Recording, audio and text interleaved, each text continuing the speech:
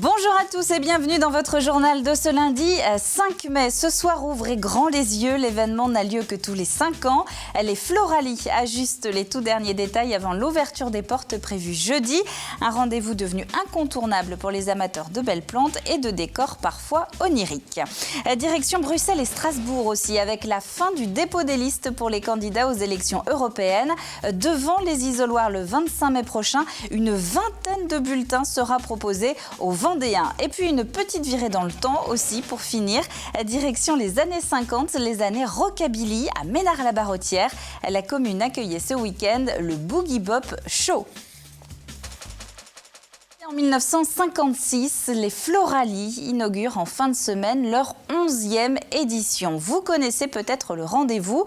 Tous les 5 ans, les meilleurs horticulteurs du monde se retrouvent à la Beaujoire, près de Nantes, pour faire la démonstration de leur savoir-faire. Parmi eux, des Vendéens dont Pierre Delicieux a suivi les tout derniers préparatifs. Regardez. On rajoute des éclairages au niveau des plantes, des bonsaïs. Pour Damien Ripaud, c'est l'heure des derniers détails. Dans 2 jours, des milliers de personnes viendront admirer son installation. On verra rien. Franchement, le détail là-haut, c'est vraiment ici qu'il va falloir passer du temps. Là-haut, on verra. Alors, pas de temps à perdre. Le but, mettre en avant les quelques 200 plantes prévues pour cet espace, avec tout de même quelques priorités.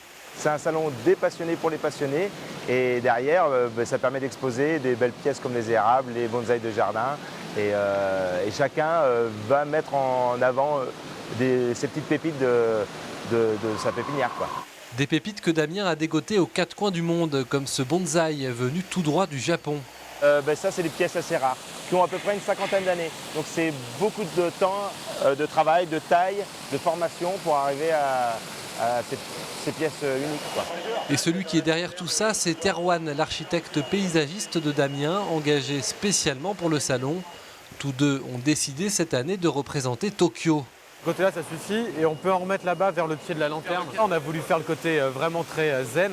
Donc déjà l'eau forcément, les diffuseurs de brume qui vont faire quelques petits nuages. Pour Damien Ripaud, c'est la 7e édition du salon Floralie. En 1984, son père y participait pour la première fois et remporta le prix d'honneur du salon. Cette année, le fils espère bien égaler le père. Et pour visiter ce salon, les Floralie ouvrent leurs portes jeudi 8 mai à la Beaujoire. Si vous étiez en Vendée hier après-midi, vous faites peut-être partie de ceux qui ont entendu cette fameuse détonation, cette sorte de coup de tonnerre au-dessus de nos têtes. Alors on sait depuis que c'était en fait un avion de chasse, mais regardez ce qui s'est réellement passé. Un avion de ligne est parti d'Italie direction les États-Unis, mais il a perdu sa liaison radio en cours de route. L'armée de l'air a donc envoyé un de ses pilotes pour retrouver l'appareil. Celui-ci est donc parti de Mont-de-Marsan. Il a remonté toute la côte atlantique très vite en passant le mur du son, d'où le gros boom pour retrouver l'avion de ligne au-dessus de la Vendée. Un avion qui, entre-temps, avait réglé son problème de radio. Notez que l'événement n'a rien d'extraordinaire. L'armée de l'air fait plusieurs dizaines de sorties de ce genre tous les ans. Une autre carte à présent, celle des violences contre les personnes. Le résumé des derniers chiffres de l'Observatoire national de la délinquance en Vendée. La tendance serait, vous allez le voir, à la hausse. Près de 18% d'actes recensés en plus. C'est parmi les plus fortes augmentations de la région, mais en nombre réel, c'est en fait 627 atteintes à l'intégrité physique en 2013 contre 800 en Charente-Maritime, 900 dans le Maine-et-Loire ou encore plus de 2000 en Loire-Atlantique. La présence du GIGN à Ceuzay samedi. Un homme a tiré au fusil de chasse sur son épouse dont il était séparé depuis plusieurs mois et qui revenait dans la commune déjeuner chez une amie voisine. Il s'est ensuite enfermé chez lui et n'a jamais donné signe de vie. Quand les militaires du GIGN sont intervenus en fin de soirée, ils ont en fait découvert le sexagénaire mort. Il se serait suicidé peu de temps après avoir tiré sur son ancienne femme. Au chapitre politique et vie citoyenne, il reste maintenant un peu moins de 3 semaines avant les élections européennes. La campagne devient donc un petit peu plus concrète pour les électeurs, mais aussi pour les listes. Celles-ci avaient d'ailleurs jusqu'à vendredi dernier pour officialiser leur candidature. Carle Laboureux. 25 listes, soit 5 de plus qu'en 2009. Comme dans l'ensemble des 8 circonscriptions françaises, celle de l'Ouest regroupant les régions Bretagne, Pays de la Loire et Poitou-Charentes connaît dorénavant ses candidats aux 9 sièges d'eurodéputés. Parmi ces listes, les principales formations politiques de l'Hexagone sont évidemment représentées, le PS, l'UMP, le FN ou encore Europe Écologie Les Verts, l'UDI Modem et le Front de Gauche. Mais bien d'autres listes sont également présentes, des traditionnelles aux plus récentes. Citons entre autres Nouvelle Donne ou encore La France se réveille. Et puis particularité dans cette circonscription, des mouvements liés à une certaine volonté régionaliste du côté de la Bretagne ont fait apparaître des partis et donc de nouvelles listes.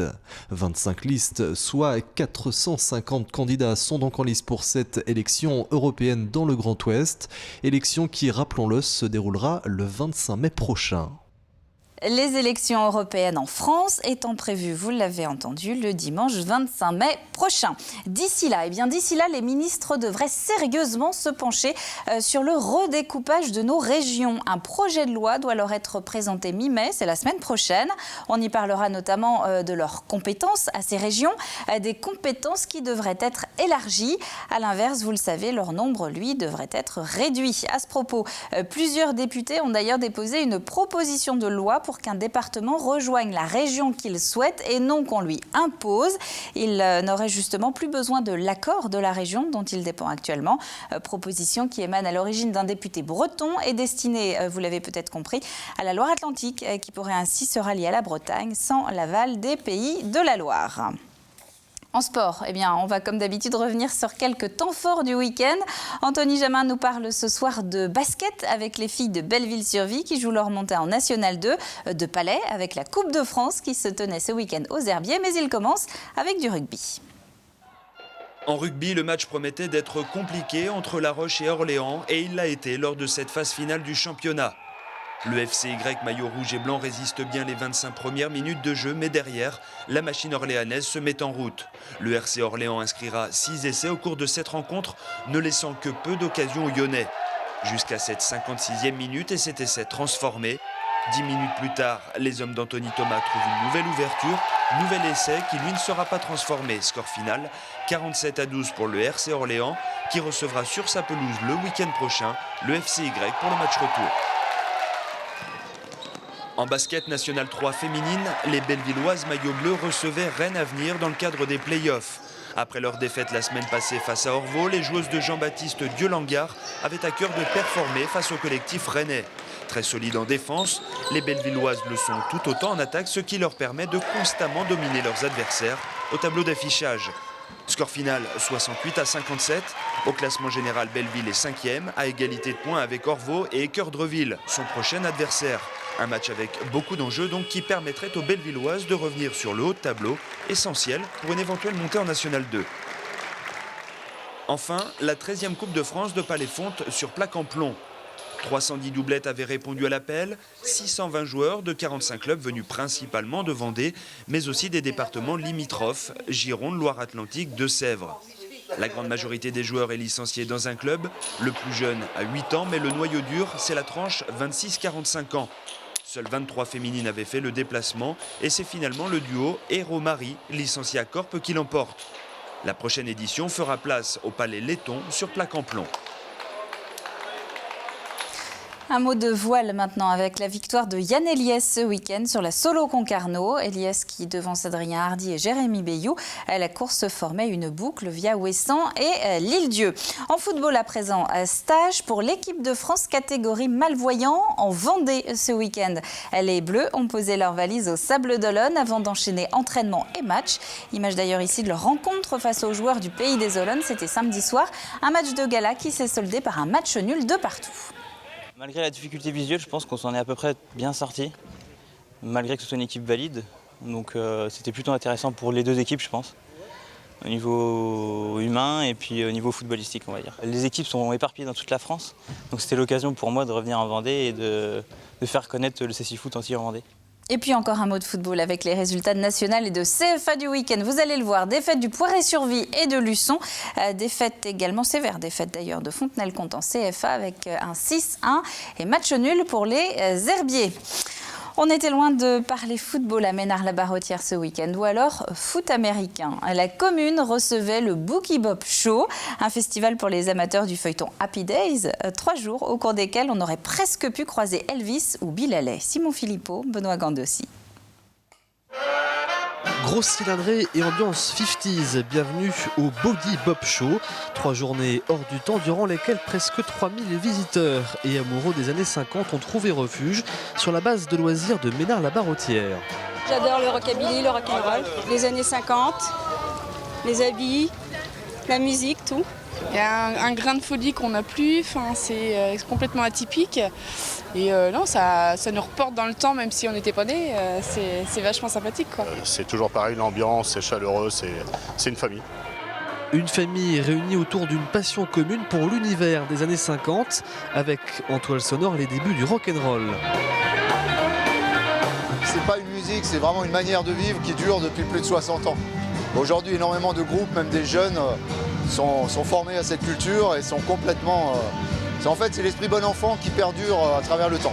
L'intemporalité pousse aussi certains à adopter un mode de vie loin des standards actuels, avec la caravane rétro pour maison secondaire. On y trouve vraiment le minimum, quoi. Un lit, un frigo, une gazinière, et puis ça suffit pour partir en vacances. Bon, on s'inspire un petit peu avec ce qui était sur les journaux, revues d'époque, des films. Heureusement, il y a pas mal de traces. Un petit peu un mélange de tout ça, puis voilà, c'est une époque qui nous plaît bien, d'insouciance. On oublie un petit peu les problèmes d'aujourd'hui. L'an prochain, l'association Rockers Custom Freakers remettra sûrement le couvert, rassemblant à chaque édition toujours un peu plus de passionnés et de curieux pour un voyage dans le temps et la bonne humeur. Allez, bien justement, 70 ans après, on va ouvrir l'agenda de la semaine. Une nouvelle semaine de pont d'ailleurs, si vous êtes chanceux. Jusqu'à dimanche, ce sont toujours les vacances scolaires de printemps pour les petits Vendéens. Mercredi, le gouvernement devrait a priori donner sa réponse sur l'appel d'offres concernant le parc éolien offshore. On devrait donc savoir qui d'EDF ou de GDF remporte le marché de ces éoliennes entre l'Île-Dieu et Noirmoutier. Jeudi, jour férié, on commémore la victoire des Alliés de 1945, date qui marque la fin de la Seconde Guerre mondiale. Mais le 8 mai, ce sera également, on l'a dit tout à l'heure, le jour d'ouverture des Floralies à Nantes. Et puis samedi, c'est la traditionnelle fête de la Bonnotte sur l'île de Noirmoutier. La Bonnotte, c'est évidemment cette pomme de terre précoce, chère aux Noirmoutrins et aux autres d'ailleurs. Côté météo, on va être moins chanceux demain qu'aujourd'hui. Après un lundi plutôt sec, des averses ne sont pas à exclure ce mardi. Du vent aussi, notamment en fin d'après-midi. Les variations de température, en revanche, seront moins prononcées qu'aujourd'hui. 11 à 13 le matin, 15 à 19 l'après-midi. Le bulletin météo complet, c'est évidemment juste après ce journal. C'est la fin de cette édition. Merci à vous de l'avoir suivi. On se retrouve demain, même heure, pour le prochain rendez-vous avec l'actu vendéenne. D'ici là, très bonne soirée à vous tous sur TV Vendée et à demain.